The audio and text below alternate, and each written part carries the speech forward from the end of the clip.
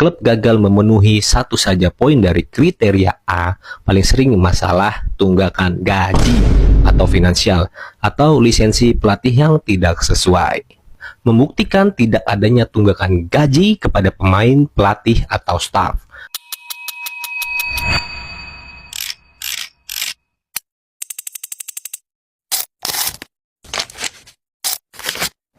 Assalamualaikum warahmatullahi wabarakatuh, guys. Balik lagi di channel Bangkar. Mungkin di antara kalian nih belum tahu nih, tim-tim mana aja sih yang lolos lisensi AFC untuk tahun depan. Jadi itu ada 6 tim, guys, yang lolos lisensi AFC. Nah, ajang ini akan diadakan tahun depan, yang terutama klub Indonesia ini ada 6 klub yang lolos lisensi AFC. Dan kalian mungkin belum tahu nih, kenapa sih dari 6 klub ini bisa lolos? Apa aja sih faktornya? Dan ada juga yang nggak lolos lisensi AFC. Dan apa sih yang membuat mereka nggak lolos? Nah, kalian wajib dengerin sampai selesai, biar ini menambah ilmu pengetahuan kalian tentang bola pastinya dan AFC. Ya, oke. Jadi ada 6 tim yang lolos AFC. Ada Dewa United, Persik Kediri, Persita Tangerang, PSS Sleman, Borneo FC, dan Persib Bandung. Jadi kenapa sih kok 6 tim ini bisa lolos, Bang? Nah, jadi ada 5 faktornya, guys ya. Kalian wajib dengerin sampai selesai. Gue jelasin nanti ya, gue bacain satu-satu biar kalian paham. Yang pertama yaitu aspek olahraga atau sporting. Memiliki program pengembangan pemain muda yang terstruktur seperti kelompok usia pasti 16, 20, dan 21, dan koreksi kalau salah. Menyediakan dukungan medis untuk pemain serta program pendidikan anti-doping. Memiliki tim profesional yang aktif berkompetisi di liga tertinggi. Kita lanjut aspek yang kedua, aspek infrastruktur. Memiliki hak penggunaan stadion yang memenuhi standar AFC. Tersedia fasilitas latihan yang memadai bagi tim utama dan tim muda. Keamanan dan kenyamanan stadion harus terjamin sesuai regulasi keselamatan. Nah, ini untuk aspek yang kedua, aspek infrastruktur. Misalnya nih ya, aspek yang kedua nih gue jelasin. Contohnya, salah satu klub tidak mempunyai stadion, tetapi stadion kayak Persib Bandung menyewa atau mengontrak Stadion GBLA itu selama 30 tahun, dan itu menjadi salah satu poin hak pengguna stadion.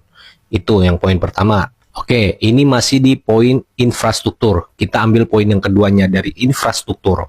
Tersedia fasilitas latihan yang memadai bagi tim utama dan tim muda. Kita ambil contoh dari Bali United. Persib Bandung mempunyai lapangan latihan tersendiri, ya. Itu contohnya seperti itu. Terus masih di poin infrastruktur. Keamanan dan kenyamanan stadion harus terjamin sesuai regulasi. Contohnya lagi, di area stadion tentunya masih sangat layak. Dan untuk keamanan, ya ketika ada pemain yang away atau home, ya, tim tamu atau tim tuan rumah itu mempunyai tim keamanan. Contohnya kayak steward, terus kepolisian atau TNI yang bekerja sama instansi. Nah, kira-kira seperti itu. Dan sekali lagi, kalau gue salah tolong dikoreksi atau ada yang kurang lengkap. Dan yang ketiga, aspek proporsional dan administrasi. Memiliki staf profesional di posisi kunci seperti manajer klub, sekretaris, dan media official. Poin kedua, staf teknis atau pelatih harus memiliki lisensi kepelatihan yang standar, misalnya AFC Pro untuk pelatih. Masih di aspek yang ketiga, aspek profesional dan administrasi. Poin yang ketiga, memiliki staf medis dan keamanan yang tersertifikasi. Dan kalau gua rasa dari poin yang ketiga ini, dari aspek profesional dan administrasi ini, gua rasa seluruh klub kemungkinan punya ya. Kemungkinan nih punya nih, guys. Dan keempat, aspek hukum. Poin pertama, klub harus terdaftar sebagai badan hukum yang sah. Poin kedua, wajib mematuhi status PSSI, AFC, dan FIFA. Poin ketiga, memiliki dokumen kepemilikan klub yang jelas dan transparan. Dan kalau gua lihat nih dari aspek hukum ya atau legal, klub harus terdaftar sebagai badan hukum yang sah. Gua rasa ya untuk klub di Indonesia kemungkinan ya hampir ya 80% mungkin punya ya, mungkin ya, tapi tolong dikoreksi ya kalau salah. Terus wajib mematuhi statuta PSSI, AFC, dan FIFA. Nah, ini kayak contoh ya, nanti gue jelasin di akhir. Karena ada beberapa poin yang klub ini nggak bisa lolos AFC. Contohnya seperti itu. Terus memiliki dokumen kepemilikan yang jelas dan transparan. Nah, jadi kan kayak klub-klub di Indonesia ini ada yang udah jadi milik perorangan atau mungkin juga ada yang masih ya, ada yang masih ikut sama pemerintahan, kemungkinan seperti itu.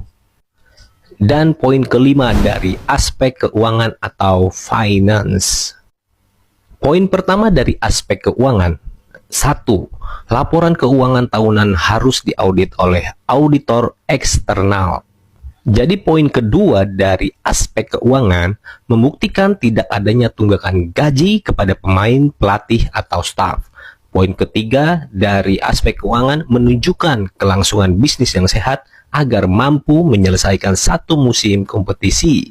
Nah, kalau dari aspek keuangan ya, mohon maaf, kemungkinan ada beberapa klub yang masih suka tunggak gaji atau telat bayar gaji sama pemainnya, staf, dan ya bahkan masih ada yang bertahun-tahun atau berbulan-bulan belum dibayarin. Ya kira-kira seperti itu. Gua nggak menyudutkan satu tim manapun, tapi mungkin kalian tahu lah. Terus laporan keuangan tahunan harus diaudit oleh auditor eksternal. Nah, jadi artinya setiap klub yang ada di Indonesia ini harusnya diaudit dari bukan diaudit dari timnya dia, bukan, tapi harus dari orang lain. Nah, itu wajib sih sebenarnya untuk bisa lolos ke AFC pastinya. Nah, jadi ada beberapa poin ya yang klub ini di seluruh Indonesia, contohnya ada di Liga 1 dan Liga 2 yang lolos lisensi AFC dan yang nggak lolos lisensi AFC. Loh bang, kan tim di Indonesia banyak, kok yang lolos cuma 6? Nah, yang 6 ini memenuhi syarat. Nah, yang dari banyak klub ini nggak memenuhi syarat, contohnya apa aja sih? Poinnya apa aja sih bang? Nah, ini gue jelasin, oke? Jadi di sini tuh ada 3 poin guys ya. Yang pertama lolos dengan sanksi, dan yang satu lagi ditolak. Oke, kita ambil dari poin yang pertama, yaitu dari lolos penuh.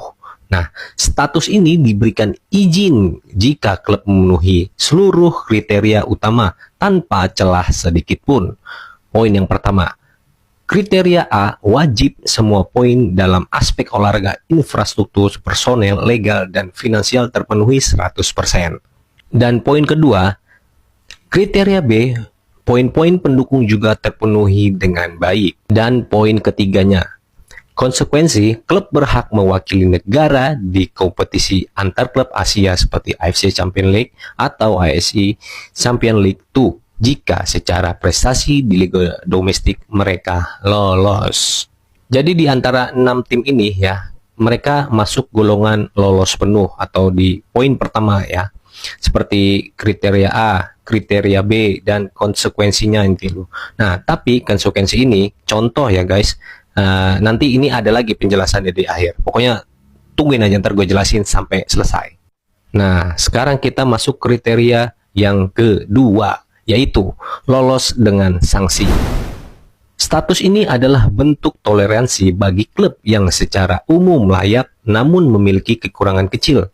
Penyebab yang pertama, klub memenuhi semua kriteria A namun gagal memenuhi satu atau lebih poin pada kriteria B. Nah, bentuk sanksinya biasanya berupa denda administratif atau uang atau teguran keras agar kekurangan tersebut diperbaiki sebelum musim depan dimulai.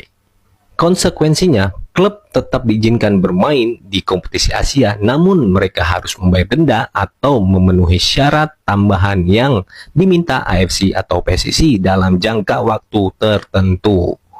Oke, gua rasa untuk poin kedua ini lolos dengan sanksi. Ada beberapa klub yang mungkin ya ada mendapatkan sanksi dari PSSI atau FC, jadi mereka tuh harus membayar dendanya dulu dan ada batas waktu pasti yang ditentukan dari AFC atau PSSI. Nah, jadi mereka harus membayar sebelum musim depan dimulai. Begitu guys kira-kira. Jadi nanti administratifnya sama AFC kalau jika lolos ya bermain di Asia itu aman-aman aja, lancar gitu kira-kira guys. Dan poin ketiga, oke, ditolak atau reject. Status ini diberikan jika klub gagal memenuhi standar minimal keamanan dan profesionalisme. Penyebabnya, klub gagal memenuhi satu saja poin dari kriteria A, paling sering masalah tunggakan gaji atau finansial, atau lisensi pelatih yang tidak sesuai. Konsekuensi, klub dilarang keras mengikuti kompetisi AFC resmi meskipun mereka menjadi juara di liga domestik. Contoh, misalnya klub A ini juara, tapi dia nggak lolos AFC atau lisensi ya. Nah, klub yang di bawahnya, ya contoh, klub B ini lolos lisensi AFC. Nah, dia yang naik atau yang main di Asia untuk musim depan. Begitu. Atau yang B nggak juga lolos, dan seterusnya seperti itu. Oke, jadi dari syarat-syarat untuk lolos lisensi AFC, ya, ini berdasarkan verifikasi yang dilakukan oleh klub licensing community atau CLC PSSI. Terdapat 3 kemungkinan status, ya seperti tadi yang gue baca: lolos penuh tanpa catatan, lolos namun dengan catatan atau sanksi tertentu, dan yang ketiga reject atau tidak lolos dan dilarang mengikuti kompetisi level Asia. Jadi gimana guys? Udah pada tahu kan sekarang dari 6 tim ini bisa lolos dan sisanya tuh nggak lolos, kenapa? Nah, jadi segini dulu video gua kali ini. Jangan lupa like, comment, dan subscribe. Oke, terima kasih yang udah subscribe dan udah follow. Yang udah like. Oke, gue Bangkar, pamit undur diri. Assalamualaikum warahmatullahi wabarakatuh.